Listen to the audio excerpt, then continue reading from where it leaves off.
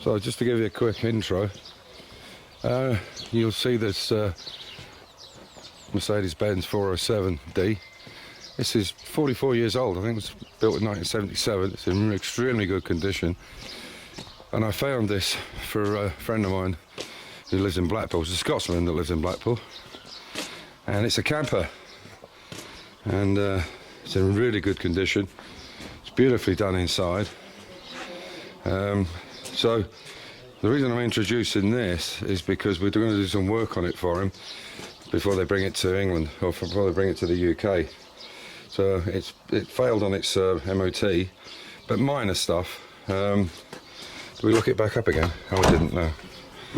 So you can see it's a really nice camper inside. That table comes up. Yeah, it's been nicely done. In my opinion, Peter got a bargain with it, and if he wasn't going to buy it, my wife and I were going to buy it and have it stationary in the garden just to get changed in or read a book in or whatever. But it's too nice not to have it on the road.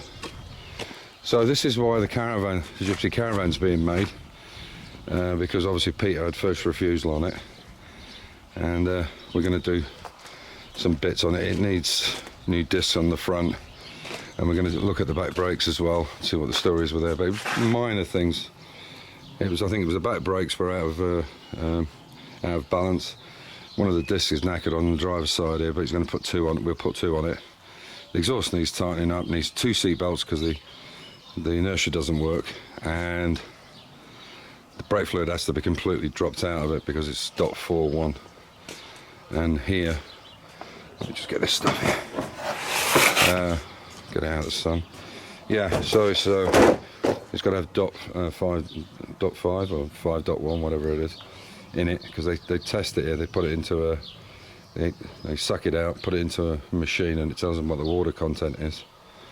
So this is the reason I'm building the caravan now, the Gypsy Caravan, because we won't be having this. So it may push me to get the Gypsy Caravan made up. So there we go. Mia's just made these bolts up. They were actually, that was the hardest thing. It's cutting them bloody holes in the top there.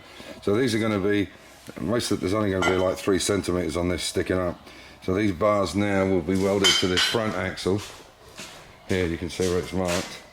And then when it's stationary, the pivot point is being made this week. Unfortunately, my friend who is good with the lathe has damaged his eye.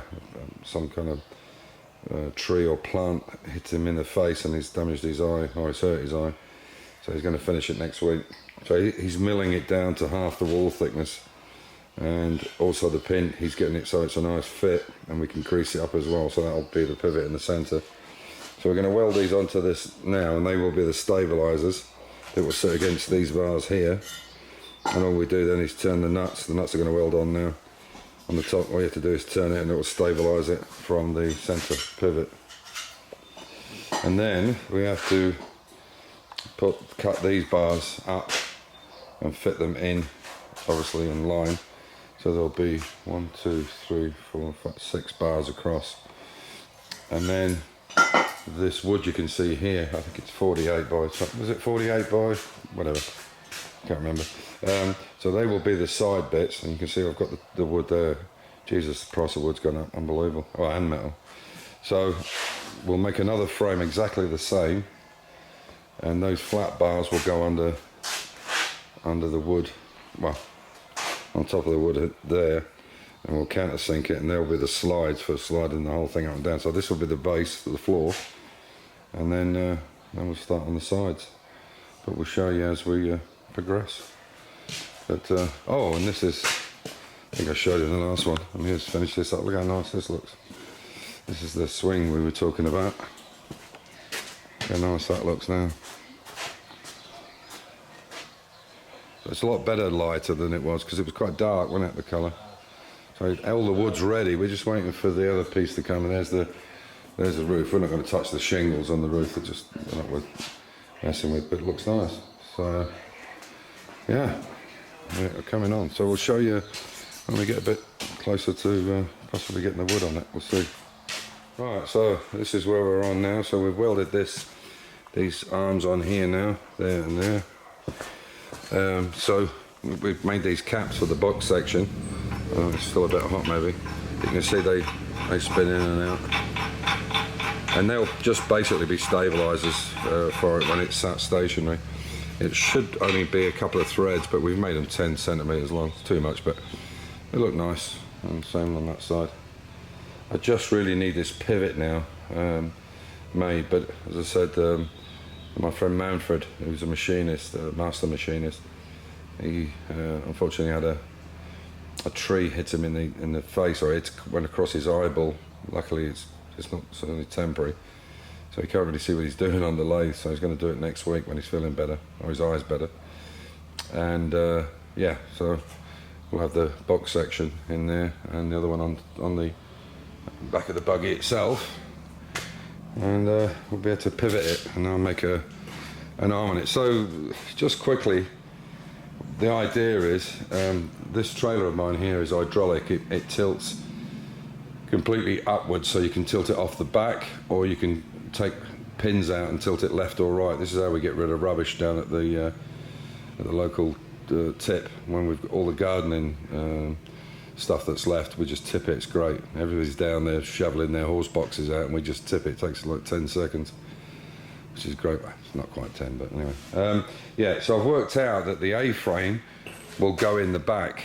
So the A-frame will come into this piece here, yeah, and then we can lift the back up. We're going to put some rollers on the back here, we think. So the house or the caravan itself will be separate, so that'll go on that trailer with no sides on it. We then tilt it up. It's only 15 centimeters anyway between this and the trailer, and then we put it up, and what'll happen then is it'll counterbalance. In fact, just a roller would do, to be honest. Piece of tubing. Anyway, so we're going to crack on with this now. We're going to bring down some of my woodworking gear. I've got a cutting table, a nice Bosch saw. So we're going to have, so we can saw all this stuff up easily, and then we'll start getting these ribs in, get that all done up. I've got the paint for it. I've got Gary hates this stuff, but I think Hammerite's great. It's nice in the spray as well, but it's more expensive to do it that way. And we've got a few cheap ass brushes because we tend to throw them away anyway. So there we go. We'll see how it all works out. It's all nice and straight, and we'll go from there.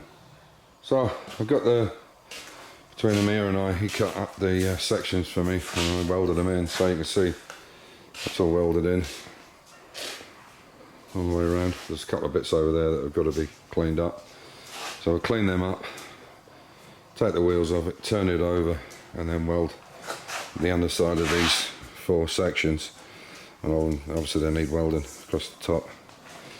We'll just turn the whole thing upside down tomorrow before I leave for Germany. Then you can paint it up, get it cleaned up, paint it up, and yeah, get this cleaned up. It's getting a bit rusty, those axles, and then we're done. And then we'll start making the base. And Mira's due off on holiday on Wednesday, so I'll have to work on some of the stuff myself. I think I can make the panels or the frames pretty much myself.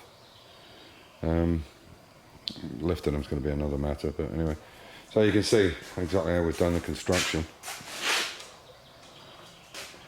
Now the only difference with the wood construction is there'll be 5 pieces, these lengths here, so there'll be one up against this, so you can see the side rail, that's where it will slide in and out. There'll be another one on this side. So there'll be 1, 2, 1 in the middle, 3, 4, 5. And then we'll put these baseboards on it, and that'll be the base of the floor of the van. And then we'll build up from there. So that's it. Yeah, so as usual, stay safe, keep the faith, enjoy your hobby, whatever it might be. Just go out there and do something, as Gary says, on JagVet 1. And I'll catch you in the next one. It'll be a little while, maybe a week or so before another video, because I'm off to Germany tomorrow, and Belgium and Holland, and back on late Wednesday night, Thursday. So it'll probably be towards the weekend if I do anything. So we'll see you then. Take care, everybody. Bye for now.